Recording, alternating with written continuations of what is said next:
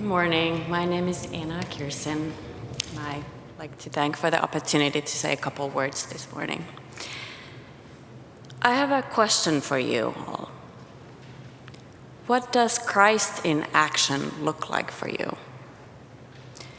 And how do you embody the teachings of Jesus in your everyday life?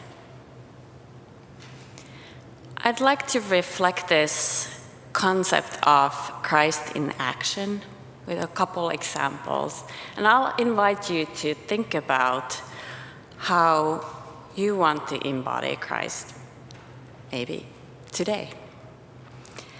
So, example one, or actually, I wanted to say that I do feel that, based on my experience for about 12 years here in Grace Lutheran, that Christ in action is here today, and we want to make sure that this important work continues. And now on to the examples. Why I say this is because I do feel that at Grace Lutheran, this is a place where love and compassion is present. When my family, about 12 years ago, entered Grace, my husband Timo, myself, and our 2-year-old daughter Sana were having a very difficult time. We had just experienced a preterm birth of our son, who was in the neonatal intensive care unit. However, despite this very difficult time in our family, we were greeted by warmth and understanding by Pastor Matt and the fellow congregation members. Thereafter, it's been a little bit lighter in our family, and we have integrated into the Grace Lutheran family. And we have tried to greet the new members with the same warmness. Christ in action, example number 2. Everyone is welcome here at Grace.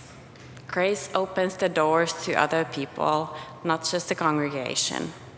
For example, we're opening the doors for people to have concerts in here. For example, I have been part of concerts that were organized by my Finnish community. And our congregation actively calls out that everyone is welcome here, irrespective of their race, gender, sexual orientation, background, or financial circumstances. So this is exactly what Jesus taught us through the parable of Good Samaritan. That we should love and care for one another, especially those who are in need and different from us. Truly Christ in action. My third and the last example of Christ in action here is that Grace Lutheran is not only serving our congregation, but communities around us and globally. For example, organizations such as South Palo Alto Food Bank, an ecumenical hunger program, medical clinic in South Sudan, and Mount Cross Ministries in Santa Cruz Mountains.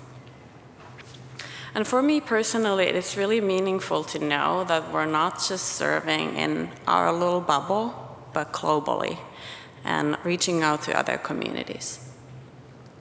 So how can we make sure that we as a congregation are continuing to embody the Christ in action?